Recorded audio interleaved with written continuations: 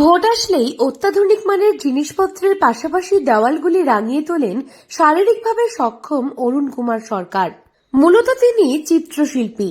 Vote বাজারেই উন্নত প্রযুক্তির ফ্লেক্সের পাশাপাশি বিভিন্ন রাজনৈতিক দলগুলি শহর কিংবা গ্রামাঞ্চলে পাঁচিল সহ দেওয়ালগুলি রাঙিয়ে তোলেন নিজেদের দলের প্রার্থী সহ বিভিন্ন ধরনের কার্টুন চিত্র দিয়ে।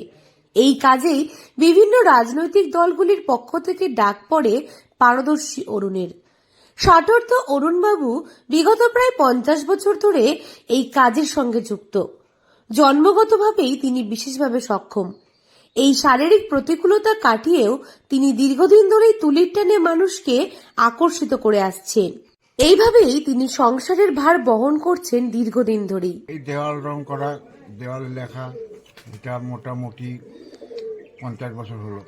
বছর কাজ তো থাকে না, সারা বছর ওই গাড়ি রং টং করে চালাতে হয়। ভোটের প্রথমেই দেওয়াল লেখন হয়, সব পার্টিরই দেওয়াল লিখি, RSPর লিখি, তারপরে তৃণমূলের লিখি, বিজেপির লিখি, হ্যাঁ, যে বলে তাই লিখি। এটা তো অসুবিধার মধ্যে থাকতে হয়, 1000 টাকা করে পাই, ওতে চলে না। ওই তো 50 বছর হবে। সারা বছর তো আমাদের কাজ হয় না, ভোটের সময় টুকটাক দেওয়াল লেখন হয়, এতে তো চলে না, খুব অসুবিধার মধ্যে থাকতে হয়।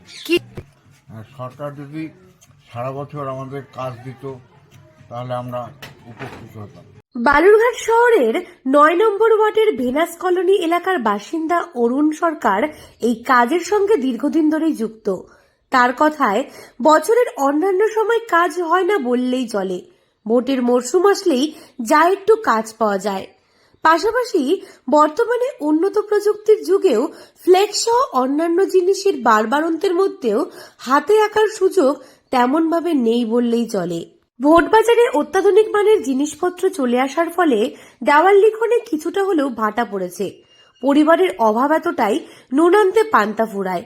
সরকারের পক্ষ থেকে সারা বছর যদি এই ধরনের কাজের ব্যবস্থা করে দিত তাহলে অনেকটাই সুবিধা হতো বলে জানা গেছে। তো আমি বিয়ের পর থেকে তো দেখেই যাচ্ছি, তারপরে ওই কাজ করে কিছুদিন বসে থাকে, আবার যখন ডাকে এই পার্টি ওই পার্টি থেকে তখন আবার যায়। এই যে পার্টি থেকে যখন ভোটের এই সময়টা কাজ হয় তখন একটু ডেকে ডুকে সব কাজ করায়, তারপর থেকে সারা বছর কাজ টুকটাক হয়, খুব যে একদম হয় তা হয় না।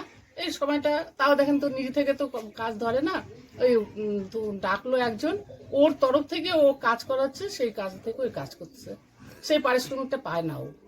মানে ওই যে কাজ করাচ্ছে না, যে পার্টি ধরে যে এই কাজটা করায় সেই পয়সাটা বেশি নেয়। এ ওয়াল লেখে, এ মানে দিন মজুরির মতো পাচ্ছে।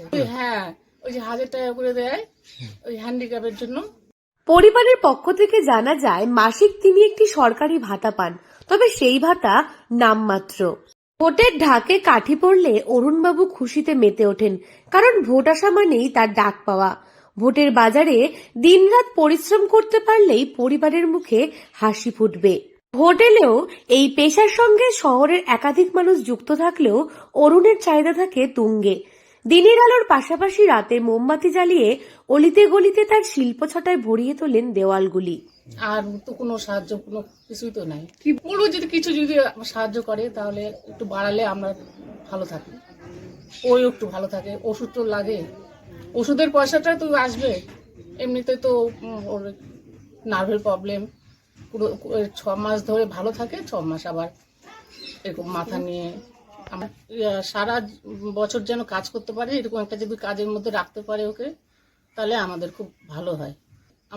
বদলেছে সময়ের পাশাপাশি মানুষের চাহিদা ও রুচির, তবে বদলানো পরিস্থিতির মধ্যেই প্রতি 5 বছর অন্তর আসে নির্বাচন, আর এই নির্বাচন আসলেই সাধারণ মানুষদের নজর কাড়ে দেওয়াল লিখন।